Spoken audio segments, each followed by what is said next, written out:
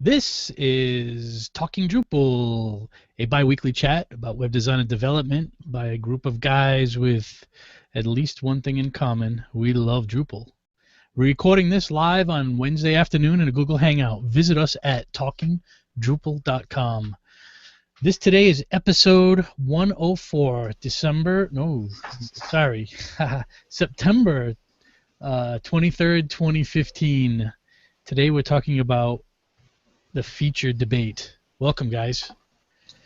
Good afternoon. It's unseasonably warm today in December. Yes, I don't know where December came from. It happens. Yeah. I'm not trying to rush the year, I promise you. Well, welcome, John Picozzi from Oomph. How are you this week? Good, and yourself? I'm great. Yeah, I'm doing. always look forward to this hour we spend bi-weekly on the air, and we spend an hour bi-weekly off the air preparing for this week, so I always look forward to that time. So, and today we're going to be talking about features, the module. So, and we're calling it debate, which is going to be interesting. We'll see if it turns into a debate, because we've talked about features many times outside the show, and it always turns into a debate. So I'm expecting it to happen again today, and we'll see. So hopefully we don't have to change the show title later. And also joining us is Nick Laughlin from Enlightened Design. Good afternoon. Yeah, I'm looking forward to this show. I'm a fairly prominent fan of features. Certainly run into trouble with it, but it certainly saves a lot of time the way I use it. I also like to say I just recently redid a portion of my website, so feel free to take a look at that. I updated and modified the portfolio so it shows much more recent work than it has in the past, and also shows people I've been collaborating with. So feel free to take a look at that. Great. So before we also get into today's show, I also wanted to bring to the attention at the beginning of the show, in case people bail towards the end, is that there's a few community events coming up that we just want to point out. One is the Baltimore Drupal Camp, which is going to be on October 9th. You can go to bemoredrupal.org to learn more about that event. And really close to our hearts is the event that the three of us coordinate, which is the New England Drupal Camp, which is going to be on the following day, October 10th.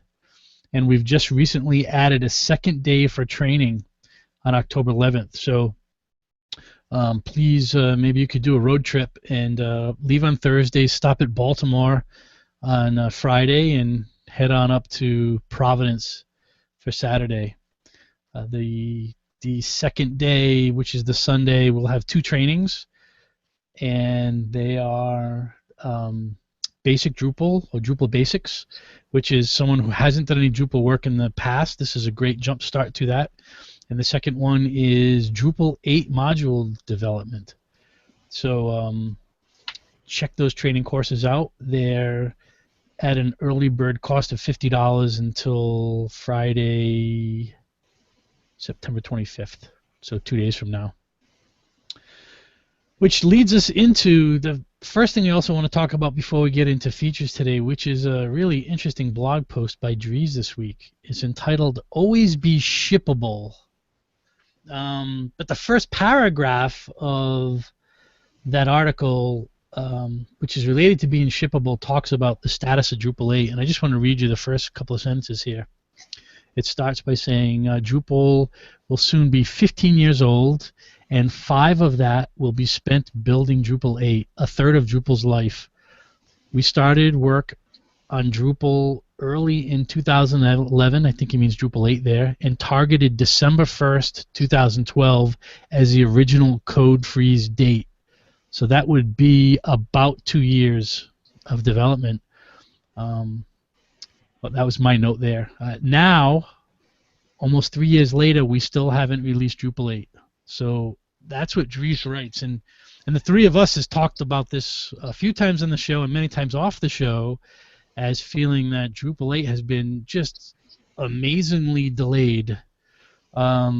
And Dries has come out this week and really publicly said that this thing is really behind.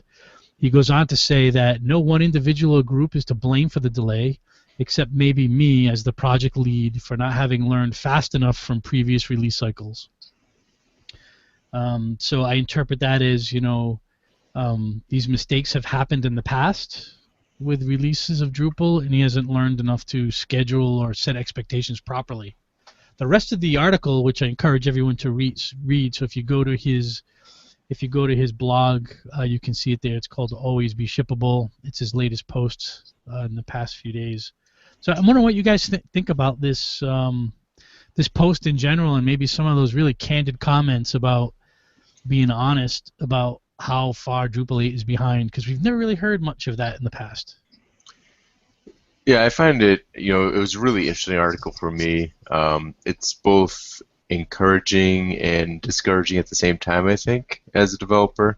I think it's encouraging to, finally, it feels like they're finally acknowledging that this is far beyond what was expected. It's discouraging just that, we're looking at this, Drupal 8's been in development for 5 years now. It's taken a very, very long time, and there's certainly some fatigue in the Drupal industry around waiting for Drupal 8 to come out. But I think it's good to be talking about it. There's also a bunch of related articles, if you could scroll to the bottom, that talk about different aspects of the Drupal 8 life. It's definitely a very important article to read, I think. Highly recommend it. I think it also goes to kind of a undertone that I've seen from kind of the beginning of Drupal 8 development as to how big of an undertaking this is and how much the content management system is going to be changing from version 7 to version 8. And I think it's great that, for the first time we're really kind of hearing like, yes, this has been a long time coming, and we're not really sure when it will be coming, but we are working on it, and we're looking for support. I just think it kind of toes the line, but it's also an admission that it's been a while, and it could be longer. So I think it's something that's being very honest and open and kind of still, he has the same undertones as previous talks, but is putting a little bit more onus on the core team there, I think. Has anyone listened to Dries's keynote from Barcelona yet? No. Because I think it was released a couple of days ago, and I haven't had a chance. It looks like it's like 90 minutes long or something. I haven't had a chance to listen to it. I think it's on YouTube. So I'm wondering if this article came out in conjunction with that keynote that he did. I'm not sure, but I think his keynote is out there. Take a look at it. Okay. So things are moving with Drupal 8, and if you keep an eye on the open critical issues, they jump from 8 to 20 to 30 to 14 to 11 to pretty much on a daily basis. So I guess we're sort of knocking on the door. So do we want to make another prediction? And the answer is probably no. I think what was our last prediction? I think I predicted the end of the year, but a release candidate by Barcelona. Right. I think all of our times have been exceeded. Again, for the yeah. I think so. No. Mine was August 19th. I remember that because it was my birthday. Oh yeah. Right. Oh, that's right. So we'll see what happens once Barcelona's done. There's always a big jump when we have a DrupalCon. So hopefully, end of this week we'll have a release candidate, but not sure that'll happen. Who knows? So I guess one major thing to note, if anyone has not been keeping up with this, is one major change is that the beta versions are now upgradable. So I think it's sort of, in my mind, one of the last holdout features and sort of jumping in and maybe committing to do a little bit more work is prior to, I think, beta 15, you couldn't, every time a beta came out, you were sort of, there was no upgrade path to go from beta to beta. That's not the case anymore. So there is an upgrade path now. So I think time invested in maybe a project or a sample project or maybe even something for a customer is probably more reasonable to do now if you're interested in doing it. So that upgrade path was really important. Okay, so let's move on to our topic for today, features. And we're talking particularly about the feature module itself. So what is the feature module used for? Or maybe, what is it intended to use for? And this is sort of the contention of some of this module in general, but what's the intent of it? Yeah, so the way it's used and the way it's intended to be used are sometimes a little bit different. The module page lays it out like this. The features provides a UI and API for taking different site building components from modules with exportables and putting them together in one module. What that means is it's a way to move a piece of functionality or a feature from one site to another. For example, you can be careful in using the word feature and describing a feature. So, yeah, right. So when you say moving a feature, what does that mean to you? An example of something like that would be a blog. So if you don't want to use, the core blog module, you can develop a blog content type, a view that shows the blog, and a view that shows, information about the author of the blog. You can then use the features module to bundle all those pieces together. So you can bundle, the content type, the views, and even the context that places those views blocks on certain pages together, so that when you put this on, you move this to another website, you don't need to create the content type, create the view, create the context. You just have to enable the feature, and all of that work is created on the back end for you. So it's a good way to move functionality from one website to another. Or Nick, would you describe a feature as sort of also a module? So, like, if I had a blog module in your example, and I turned the blog module on, it would do the same kind of things you just described. It would install those same kind of things. So the feature module gives you the ability through the UI to sort of define your own module from other things that you've built. Absolutely. Yeah, that's a good way of putting it. Okay. Definitely. It's used heavily in distributions, very heavily in distributions. It's a good way of getting custom functionality available to people using your distribution. It's used in deployments as well, although excuse me, although many critics will say that features isn't meant to be a tool for deploying. And it's also just used as a way to. So Nick, so I just want to clarify some more things here, so we're all clear. So I think we're pretty good on your description of launching or distributing a new feature or some groups of functionality. When you say use for distribution of code, what do you mean by that? Or deployment of code? Yeah, so there's kind of two questions there. So distribution is, I'm talking about distributions on Drupal. So like Panoply, COD, I think there's an Open Church, there's open.gov. Right. All the distributions that provide kind of pre-made websites for you. As far as distribution of code or deployment, that is taking functionality from a development environment and moving it to a production environment.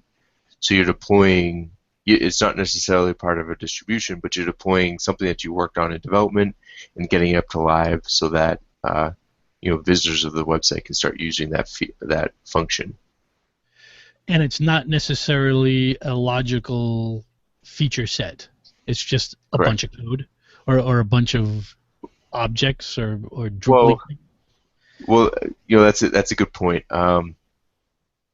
There's different ways that you can use it, and I think which way each way that you can use it has valid criticisms, valid pros, valid cons. But I think the way you use features depends on several factors. The most prominent is the development environment, whether there's multiple developers or just one developer, and the deployment pathway. So if and also who the end users are. So if the end user is a distribution where there's potentially hundreds of different websites using your system, you might develop the features in a different way than you would if it was just moving something from your local environment to the production environment. So the two major ways, I think there's like I said, there's many different ways that features can be used. I think there's two major camps, or possibly three major camps. One is when you try to break off chunks of functionality into your website into logical pieces, and you put every single section of that functionality into each feature. So for example, if your website has a gallery, your website has a blog, your website has an event calendar, you would create three separate features. One feature for the blog, which would include the content type, the rules, perhaps the views, the permissions, that kind of information. You have a second feature that would include the same for the calendar, and you would have a third feature that includes the same for the gallery. So each feature would have a content type, some views, some rules, some context, some permissions. A second way that features is used is what I've seen called a God feature, where everything is in the feature. Like every single piece of the website is in the feature. A single feature? One single feature. Okay. And you just use that to move stuff between websites. So it's sort of teetering on like a configuration management kind of approach. Yeah, exactly. With the objective being, hey, I've updated a view and I need some way to get that from my dev site to my QA site. Exactly. Yep. Right. With the main advantage being that you're able to do it with Git. So rather than everything being in the database, you can just commit it to Git, push it, and then revert it, which will. So that's one of the things we haven't talked about with features. It's generating code. Really. Oh, so, yeah. Yep. Yeah. So when you create a feature, you're generating code. So when a feature is generated, it's generating the PHP needed and whatever those pieces are that's needed into physical files that you can then put in a source code management system. You can move to another location, and then when you install that feature, it runs the code to update that website to keep them in sync. Yep, absolutely. Which is one of the great advantages of using a feature. Yeah, definitely. Really the best use case, if you ask me. Yeah, and yeah, I mean, I think they all have valid, and for the people at home that are counting, they're the third major way that people use features, and then I think we can start talking about pros and cons of each of the ways. The third major way is to try to break it up rather than into logical functions or having everything. You try to break it up by logical sections.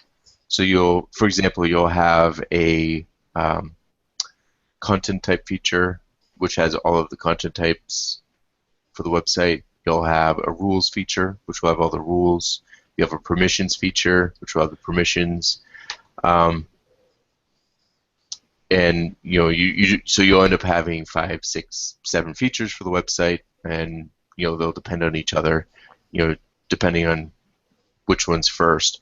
And to be honest, I've used all of these methods, and each of them have pros, each of them have cons. I'd say probably one of the more difficult ones is the God feature. That's definitely going to run you into you'll run into more problems with that than the other two methods. But they both, all three of them have different gotchas. So, John, you've had some objections to features and concerns about people using them. What are your main issues with using features or the techniques people use them in? I've yet to see a really great implementation of features, and that's probably my biggest complaint. To me, and to Nick's point, in order to use features, it seems like you have to have a really solid game plan as to how you're going to use features in order to make sure you're not stepping on each other developers' toes or even developers within your team, and that you're chaining together content and content types in a way that is going to be feature friendly. A great example of something I can kind of equate this to is taking that blog content type that we talked about a few minutes ago. You create a feature on that, right? And that pulls in the content type, all the associated views, fields, everything that's needed to kind of support that blog functionality or that blog feature, right?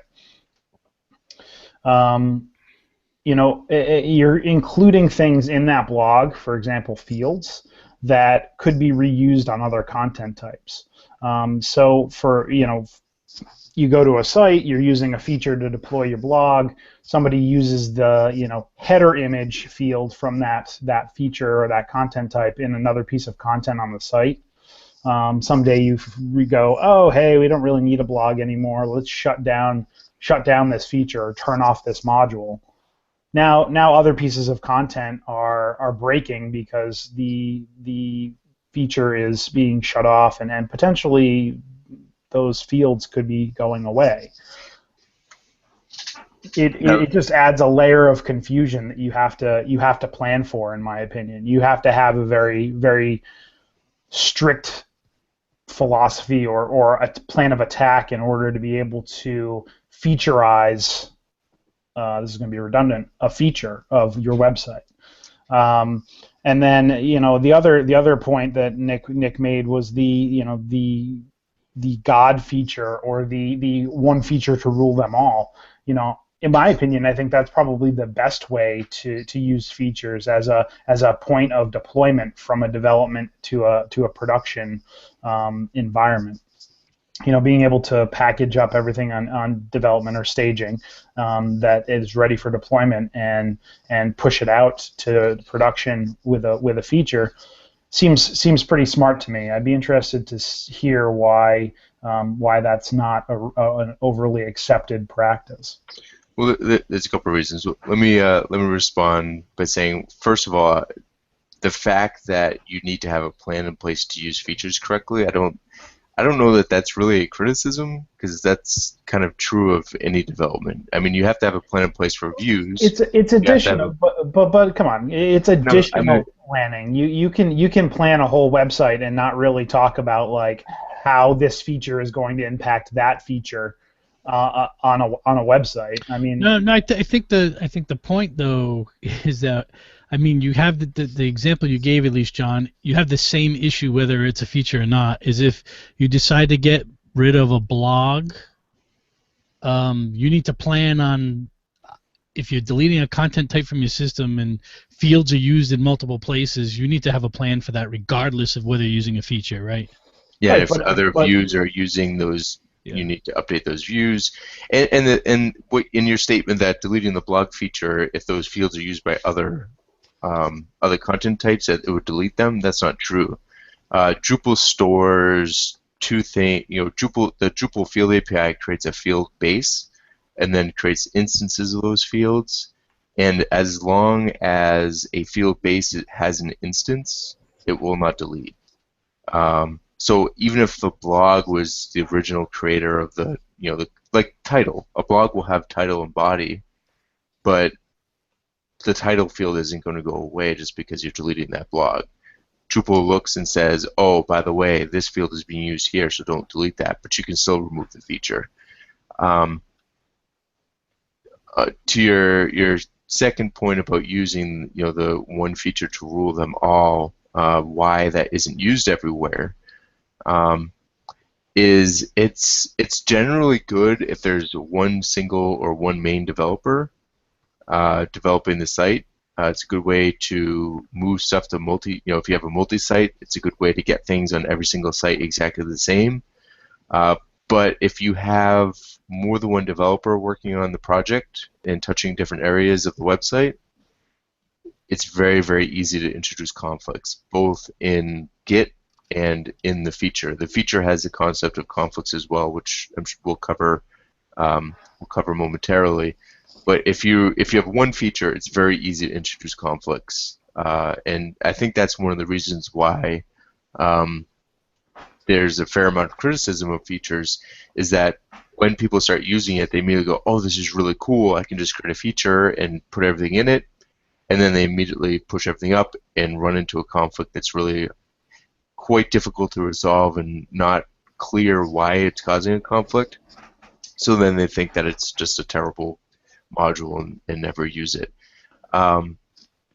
If you have multiple developers working on parallel pieces of the website, breaking the features up into their logical pieces of content type and views and rules is sometimes the best way, just because people are touching different parts of the code, and it's much easier to merge in and see if it's working. And yes, you do have to, if you want to featureize the website, you do generally develop differently. I generally recommend when I'm working with features that unless you absolutely have to, you don't share fields between content types. There's no. It doesn't cause a huge performance loss to have multiple fields, or just as it doesn't cause it to have fields shared by multiple sites, by multiple content types. But it's not, it's just easier to create separate fields for each content type if you're using features. I mean, come on, that's a waste of time. If you're creating a content type and a field is needed on, say you have 20 content types on your site, you have to recreate that field for every single one of those content types. That's going to be kind of a time suck. Not a huge time suck, but if you're doing it for 100 fields, that's going to be some time to get that going. No? Let's be honest. It's really not any more time, because whether you're using in fact, it can take longer to reuse a field because you have to click the drop down and find the fields you're trying to reuse. But once I do that, all the settings are right there. I don't have to reconfigure all my settings and go through and. So let's not turn this into a discussion of a field reuse. I think that's something to consider if you're using features or not. I mean, I'm not a huge fan of field reuses for lots of reasons. I mean, I think it causes issues with you moving forward. The minute you need to customize one of those fields, you're in trouble. But so before we get into the pros and cons, I just want to ask a question, which I think is an important one related to whether to use features or not. Like, what's the alternative? So here's a great example. Let me finish my question, though. Okay. So what is the alternative to, I have an environment where I'm doing development and I've got, let's see, multiple people working on it, or even one person. Then I've got a QA environment, and then I've got a production environment. And there's different things going on in those areas. And how do I take something that's in development and have a real structured way to put it in and take it out if I need to? What is the alternative other than features today? So, I mean, I think that's an important question. So I had an instance, and this could be one of the reasons that this topic came up for the show today, but I had an instance a couple of weeks ago where I needed to, for all intents and purposes, copy a feature from one website to another, working in a multi-site setup.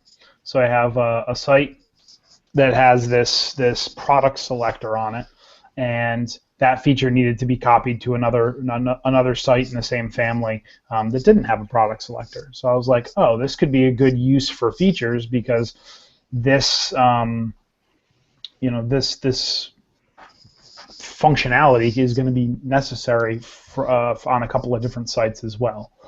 So I looked at features and I thought about it, and then I looked at what really went into creating that basically that view, and it ended up being a content type and two modules, two third-party modules, contrib modules.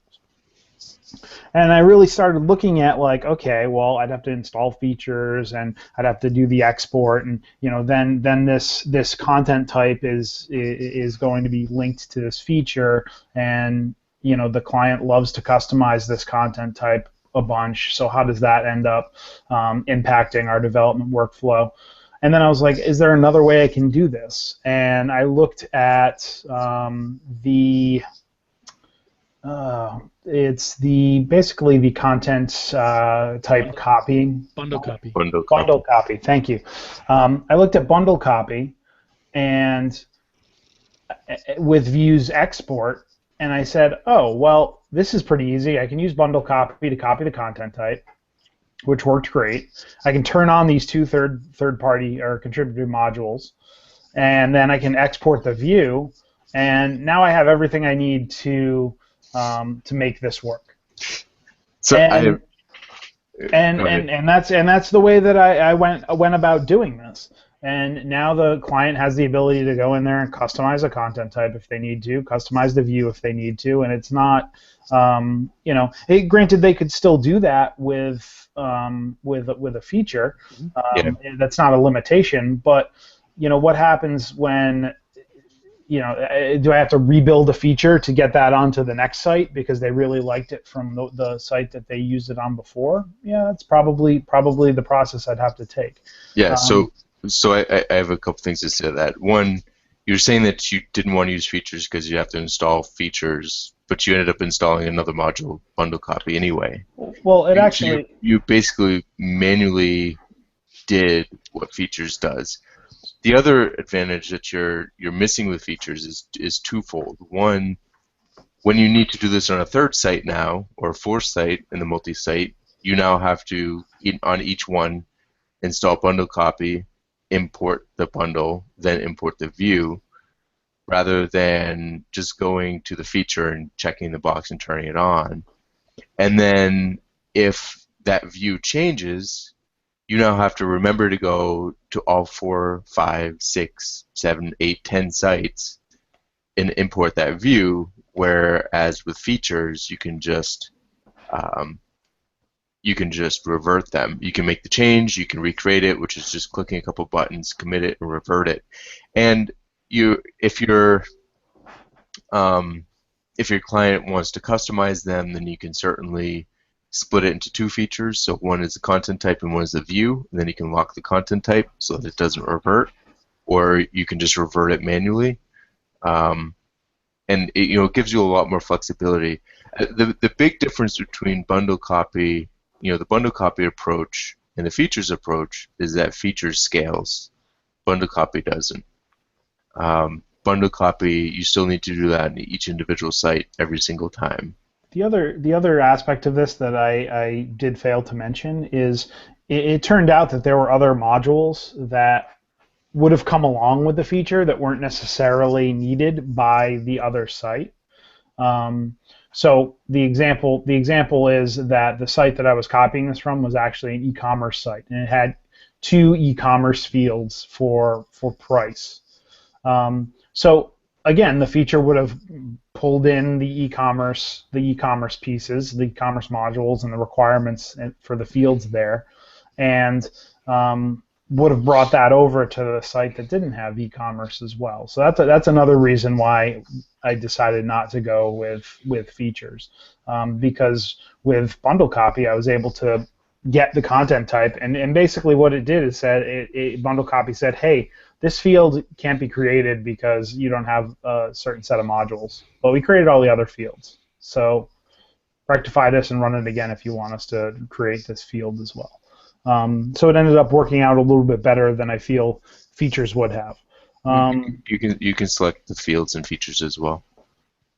So I mean that's again like I said, the big difference is features is scalable, and you can like if the view changes, or let's say for example there's a theming update, something that happens to me on featureized sites all the time.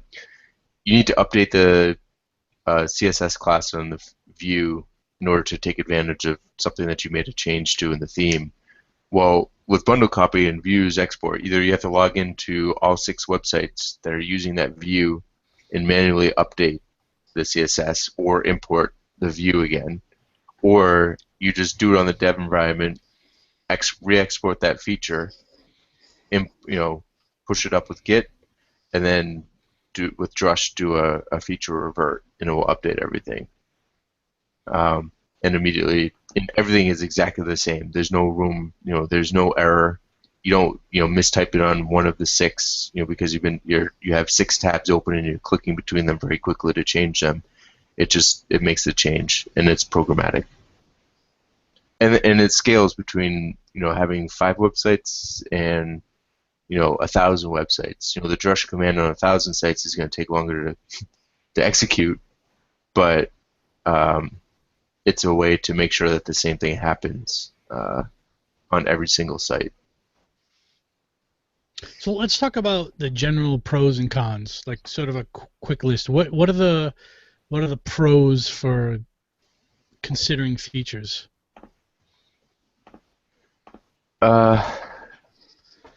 I think that's one of John wants to take the cons. Since we're kind of on that side. Yeah. So the pros for me are, not necessarily in the order. The ability to deploy changes to different environments. The fact that you can see the changes in Git. I don't know the number of times where, before I commit it, I do a Git diff and I see, I was working on this other piece and I made a change to a view. I don't want that on live yet, so then I can go back and revert that change before I commit it. So it's a way to programmatically see what's going to be pushed up. As opposed to doing manual changes. Yeah, and the number of time, you can also distribute the development. And I'll give you a real world example of the changes in a second. But you can distribute development. So I could create all of the content types. I can create a feature, send that to somebody. They can then create some views on it, and then commit those to a feature and send it back. And we're immediately on the same environment. And then one of the biggest time savers is Drush. So rather than having to log into 6 or 7 websites, you can just use Drush at sites. And depending on what you're doing, there's a command for reverting all features, and then it will just run through and revert every feature. So I had a new function that I was adding to a website recently. It's a family of multi-sites. They have about 6 websites at the moment, I believe, and we were adding a faceted search. So it was using similar to Solr, rather than using Solr as a backend. It just uses a database, but it still supports a lot of the same features. And I was able to. It was very complex. It was adding 5 or 6 new modules, and I was able to just get that into one piece and push it up all at once. And then when it was ready to go live, I just used Drush, and it reverted. So deployment is a big pro in your mind. Yeah, huge pro. And related to that is it's Git friendly, and it's Drush friendly. Yes. So all of those pros are really around deployment. Yeah, for me, I use features mainly for deployment. Right. All right. So what about some cons?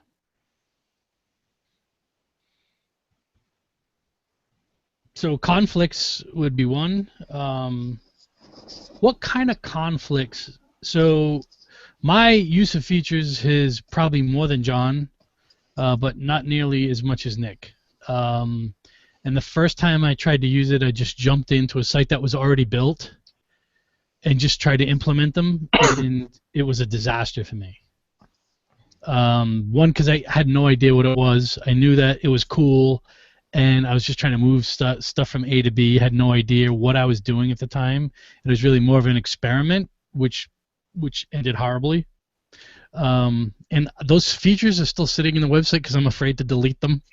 By the way, which we'll get to in a few minutes. Uh, um, but I have a new appreciation for it over the past year when I've tried it on from the beginning, when I've thought about things ahead of time on how I wanted to sort of structure stuff and name things. But conflicts and dependencies seem to be an issue, and we haven't even brought up dependencies yet. I'm not sure that these are cons, but what are some of the things we need to think about that will turn a feature into a bad experience? I guess is the better way to put this. Yeah, the number one problem is conflicts. So when you have a feature that gets stuck into what's called a rebuilding phase and will not revert. The number one culprit for this, there's a couple things that can happen, but the number one culprit is almost always base fields. And I see, and we talked very briefly, I don't know if it was before the show or right when we started the show, about instances and base fields. Mm-hmm. When you create a new field for the first time, Drupal creates a base table for that field, and then each time you add that field to a content type, it creates an instance of that field. So there's always at least one base and one instance. Yeah, always at least one, but there can be, and there can only ever be one base per field, and there can be multiple instances. Right. So if you can never get this conflict through the UI. For example, we've all done it. You go to create a new field, and you say, "Oh, this is a date field. I'm going to call it date." You hit save, and it goes, "Hey, there's already a field called date. You can't do that." The features, though, when you create a date field and there's already a date field, it creates what's called a conflict. And there's two ways that happens. One is somebody created a field manually on the website, not in a feature called date, for example, and then created it on the dev environment, a different type of field, so not a date field, but like a text field that was called date, and then try to import it as a feature. Your point is the field name is the same with a different data type? Yeah, exactly. Okay. So the machine name is the same, but the data type is different, or one of the core settings is different. Mm-hmm. So it just can't reconcile them. The other way I see this happen is somebody previously created a date field that was a text field because they wanted people to type in, December 22nd, blah, blah, blah. And then they realized, oh, wait, we need that to be an actual date type field so that somebody selects the date, and then we can use that to sort them by date. So they go in the development environment, they delete the date field, they recreate the date field as a date instead of a text field, and then try pushing that feature. And when it gets to the website, it goes, wait, this field already exists, we can't do this. So it creates a conflict in that case as well. It's the same end result, it's just a different path of getting there.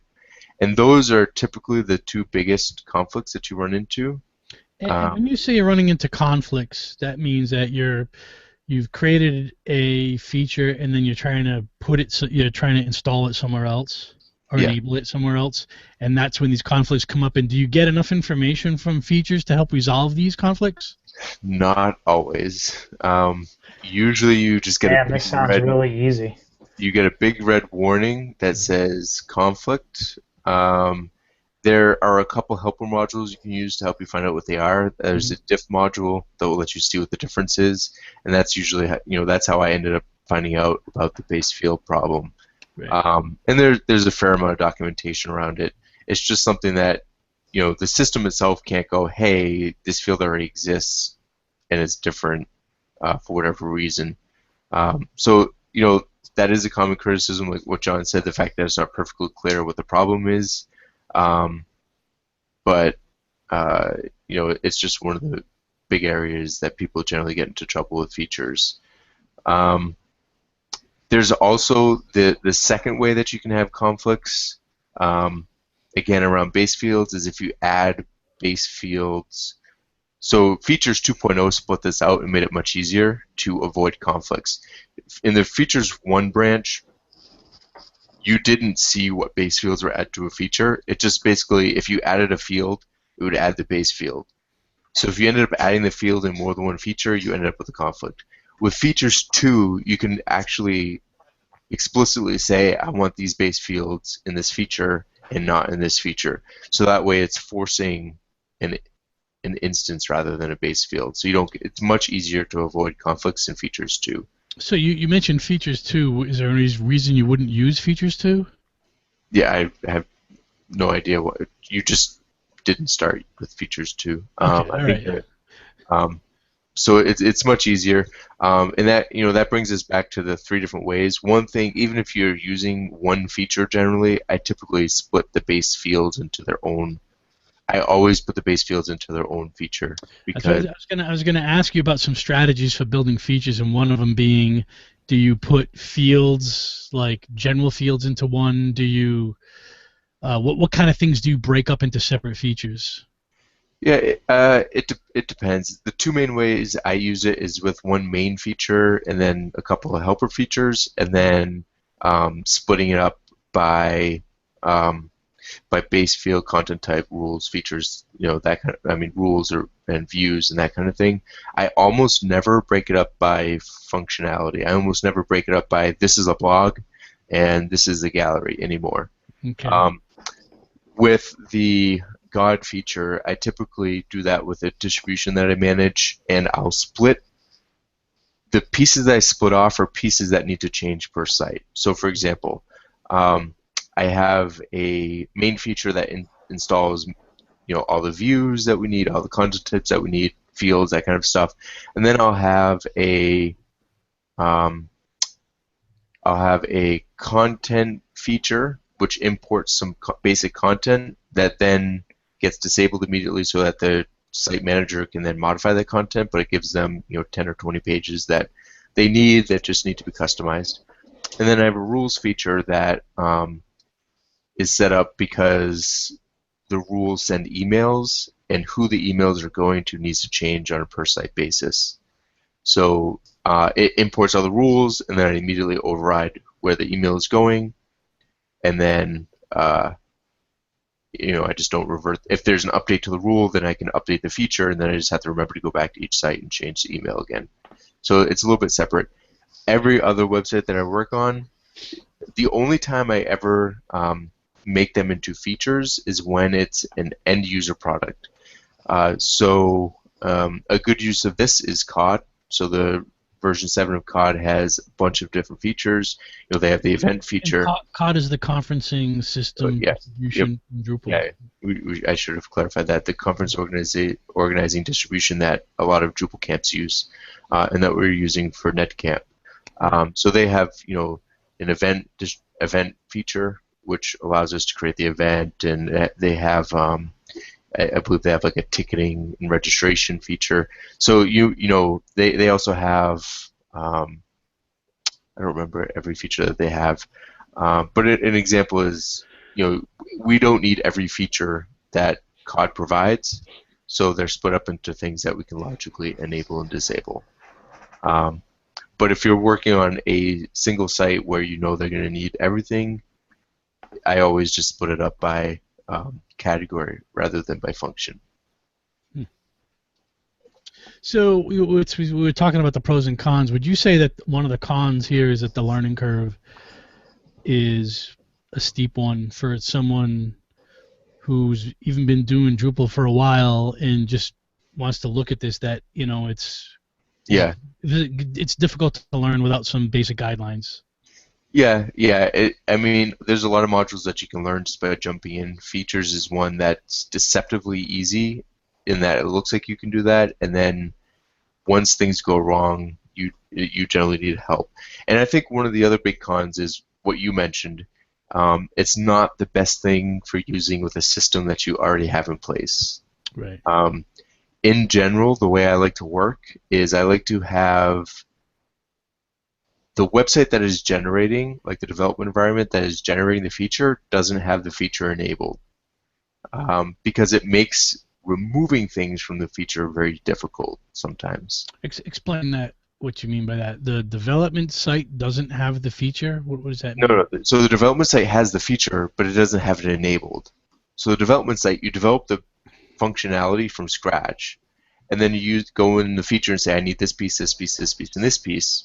You then download it, and then you put it out, but you never actually enable the feature on the development environment. So when you're creating the feature, you're creating from a site where you developed the functionality organically. You didn't create the functionality from a feature itself. So you're always validating that it's independent.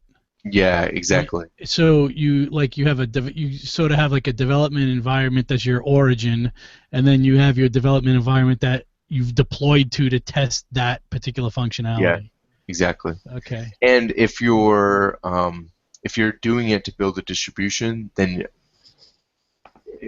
early and often you need to start with a fresh install. Right.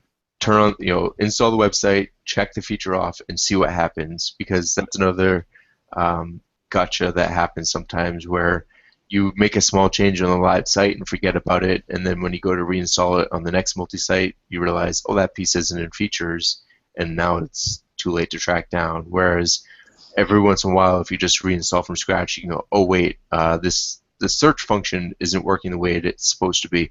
Oh, that's because XYZ isn't in the feature, and then you can always rectify that, rather than pushing it out, having somebody use it, install it, and then be like, hey, the site's broken. So you always want to, you kind of want to have a couple of different places that you're testing it, but you always want to try to have the origin not have the feature installed. So the feature's on the website so that you can recreate it and pull in the changes. And that's one of the handy things about features.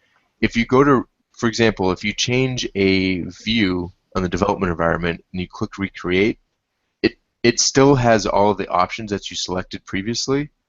So it will automatically pull in the changes to the view. You don't have to go through and remember to select everything that you selected last time.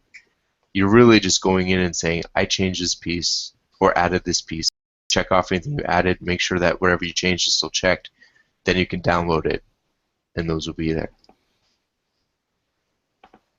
So what are the use cases for using features? John has not found his use case yet for it, and it could be the type of projects he's working on and the workflow that he has. When is the use case that you should consider this? I mean, or John, maybe after listening to some of this, do you have things in your mind that come to you that this maybe is something you should consider? I don't know. I think it's always a consideration. I just, the learning curve and the overhead of it, and the possibility or the high likelihood that things can go sideways very quickly is always a concern. There are, I think Nick called them gotchas, but the fact that those kind of are out there, and granted that you have gotchas with everything, but if there's a method using other tools to get views and content types from one place to another that doesn't involve a feature or it doesn't involve creating a feature, I think that's the way to go.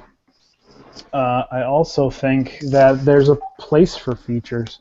There's definitely, as I said, I considered it heavily for that piece of functionality I needed to distribute a couple of weeks ago, and it could have been a really good case for that, except for the few hang-ups that I found.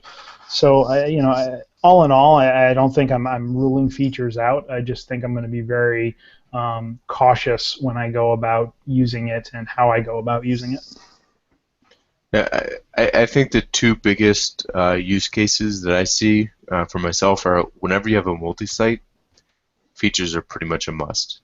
Just so that you're not rebuilding the website every single time there's a new multi-site. that you're adding to the family.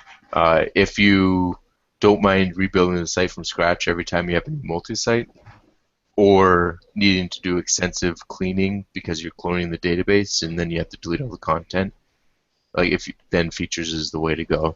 I would say it also depends on the type of multi-site, because the multi-site that I'm working on currently, most of the sites are very similar with the exception of certain pieces of content. So, you say rebuilding a site, you're not really rebuilding the site. You're just cloning the site and then changing key pieces of content within the site. So, I don't know that every multi-site is a great place for features. However, I will say that I can see where the benefits come in deploying new functionality between the sites.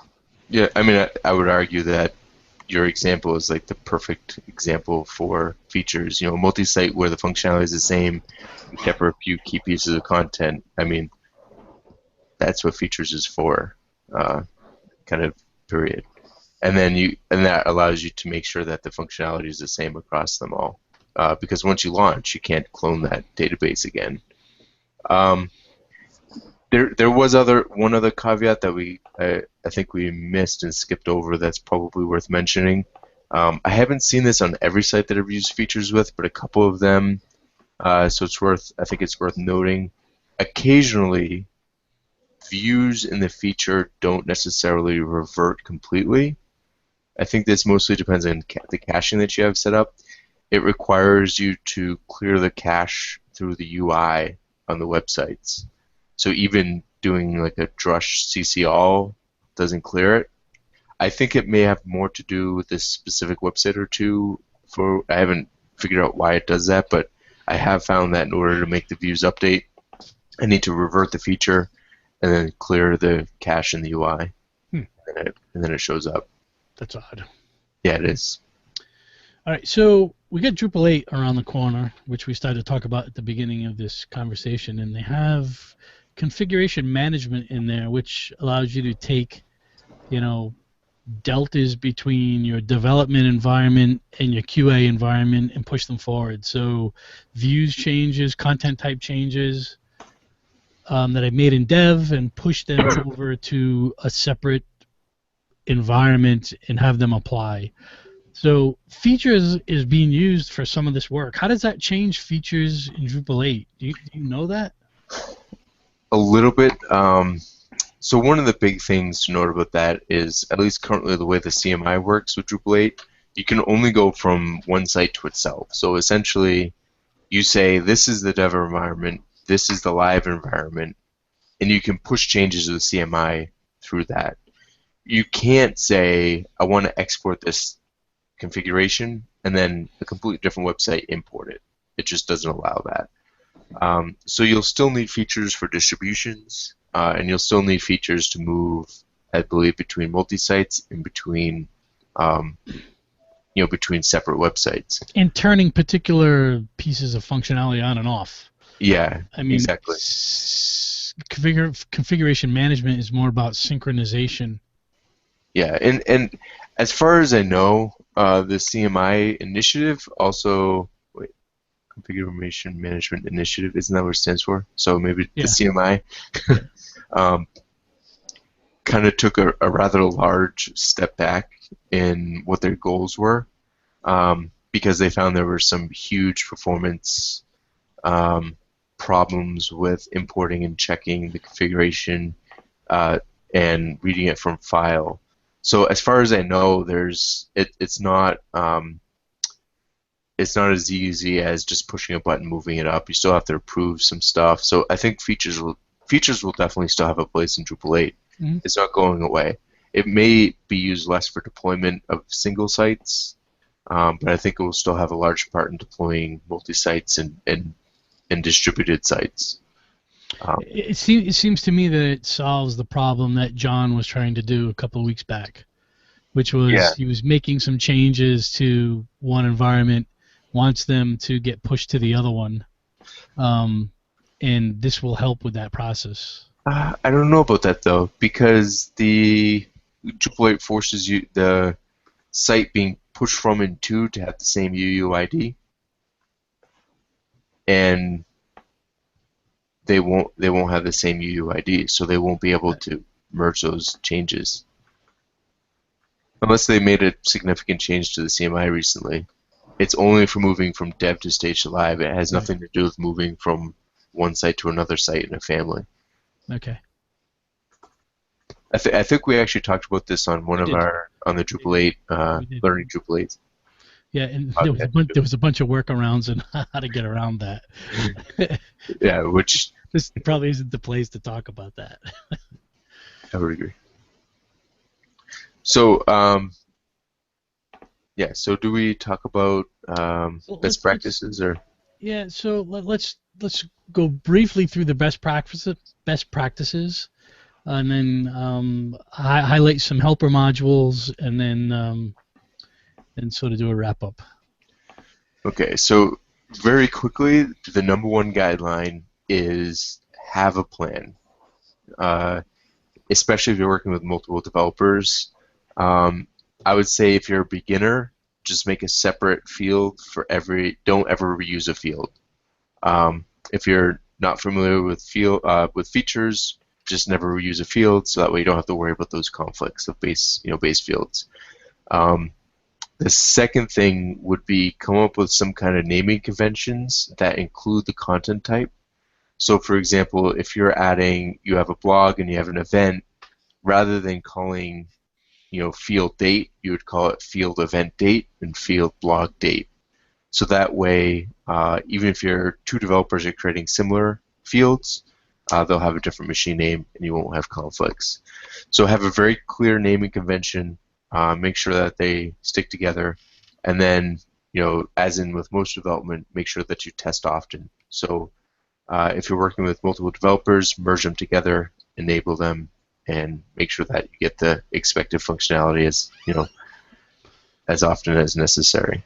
So Nick, when you're talking about multiple developers, are you talking about two people that are working independently in their own environments, and that stuff is brought together through Git? Yeah. Yes. Okay. Yep. I would also say. So in that scenario, where is the feature managed? Is there I'm working, you're working, then we have maybe a central development environment that both of our work ends up syncing to. Yeah. Where in that triangle of work is the feature controlled?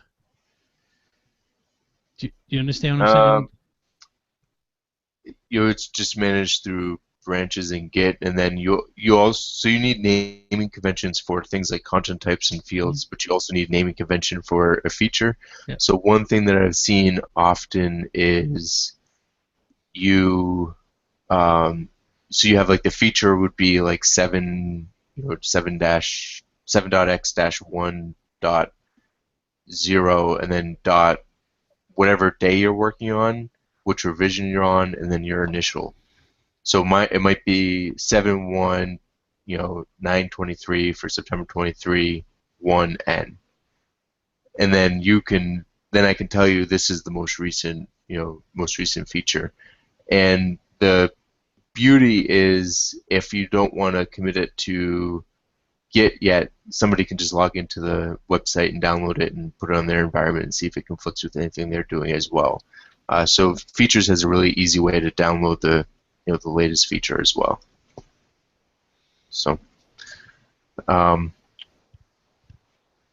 Okay, so the guidelines were the naming conventions, have a plan.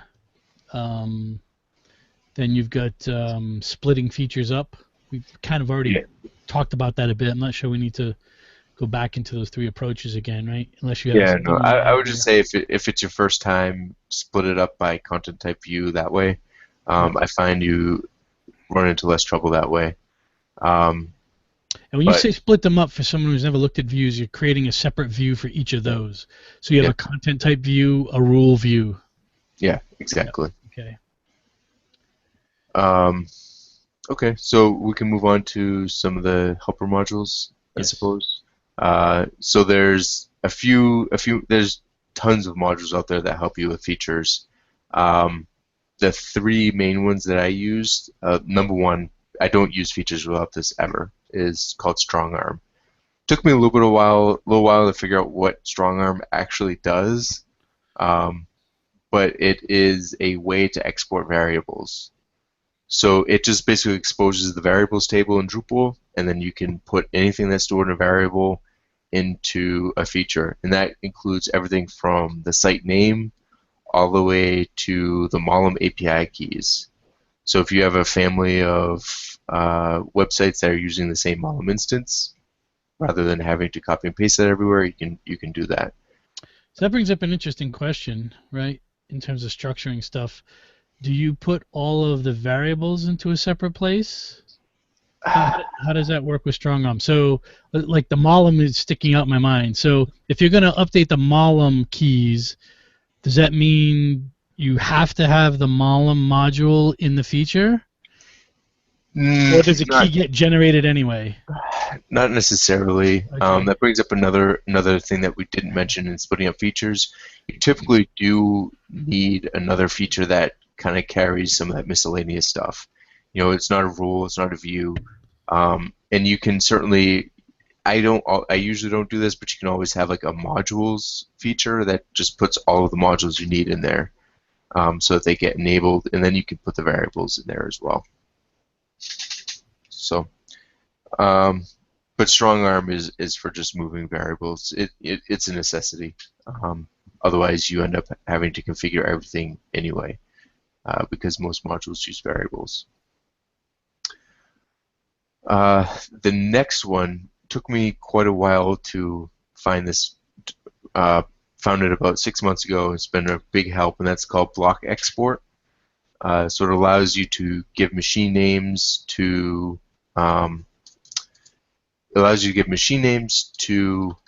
blocks, and then you can export them. So you don't have to recreate, the social media block on every single website. It doesn't pull everything. So, for example, if you're using block class, I don't believe it pulls block classes. Okay. Right. So there's still some stuff that you need to do, but it's certainly less than having to create the block every time. But without that module, features won't give you access to blocks. Yeah, you'll have absolutely only views blocks you'll have access to. Yeah. You won't have access to custom blocks. Okay. The next one was another one. Here's another area that you can run into trouble with permissions, etc. It's called role export. So role export does the same thing as block export. It allows you to give a machine name to roles. By default, a role is identified by the RID, the role ID, which is just sequential. So and then other modules identify roles and permissions by the role ID. So if you have a view that is based on roles, and you say, for example, choose site administrator and something else, on one website that might be ID 3 and 4, but on another website it might be site administrator might be role 5. So they won't match up because they're using the ID and not the actual role. With role export, it gives it an actual ID, and then they'll sync up perfectly. So if you ever use roles in rules or views, you need to have role export. Right. And the final one, there's plenty of others, but the final big one is node export. It allows you to export content. Big caveat here: this always has to be in a separate separate feature, because every time cron runs, it will create that node again. Even if there's like an option to say make sure it's unique, but every time cron runs, it will create the nodes. So it always has to be separate. Okay. So I think we've sort of given a decent overview, probably a little bit of detail in features. The features page has some number of resources you can go to learn about it a little bit more. And I think really jumping in is the way to give it a try if you're interested in it. Definitely. Any follow-up comments from either of you on features before we move on to the module of the week? Not for me. I'm a big fan, I suppose. See that. Yeah, I think anybody can see that at this point. I have nothing more to say on the features debate. Okay. So our module of the week is Slack. So Slack is a messaging tool that I think probably most of the listeners of this show is familiar with or are familiar with. It's like an instant messaging tool that's really integrated into development environment and things that you do. So it's a communication product, extremely popular right now, and there is a module for it. I was really surprised at the number of Drupal sites that are actually using it. I think it was down below 200 in terms of installs when I looked at it last week. But what it does is it allows you to integrate with Slack and communicate things going on in your website with a Slack channel. So as content's created, and it integrates with rules as well. So anything going on in your website that you want to communicate to a set of people through Slack in a Slack channel, you can very easily do through the Slack module. I've got it turned on a site and it's working perfectly. It's a great communication tool for you to reach out outside of the walls of Drupal. So if you're a Slack user, you should check it out. Have either of you guys tried it yet? No. Okay. Yeah. But I do have a project I'm currently bidding on that might need it. So. Yeah, it's an interesting tool for me from a development side to just monitor what's going on a website. So you could hook it into things like error messages that are getting generated in the on the website that could go out through Slack and things like that. So I'm using it more for site management and interaction with developers than I am for communication to users, but it could be used that way as well. Work just fine. So you should check out the Slack module. The link is in the show notes. All right, guys, so just one reminder before we check out here, those two community events that we mentioned. We get the Baltimore Drupal Camp on October 9th at bemoredrupal.org, and the New England Drupal Camp on October 10th and 11th at nedcamp.org.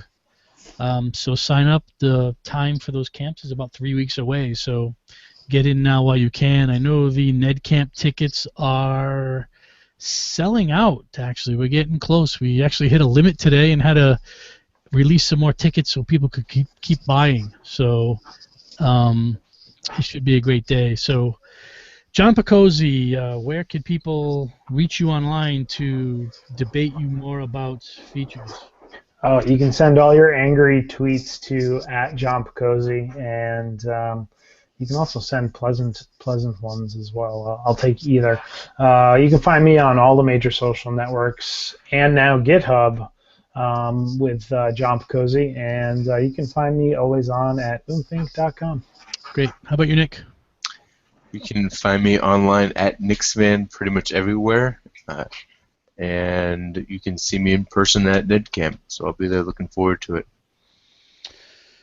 Fantastic, and I'm Stephen Cross. You can find me on Twitter at Stephen Cross with a PH, or on my company website, parallaxinfotech.com. I did want to mention our next show, we're having a guest speaker, a guest who's an author of a book about project management. So that would be on October 7th.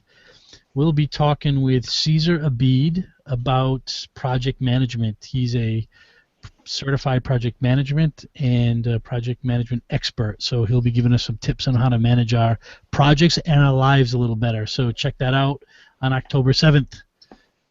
So and you can find us at talkingdrupal.com. Any questions, comments, you can always email us at talkingdrupal@gmail.com. Any last word from anyone? Features is pretty cool.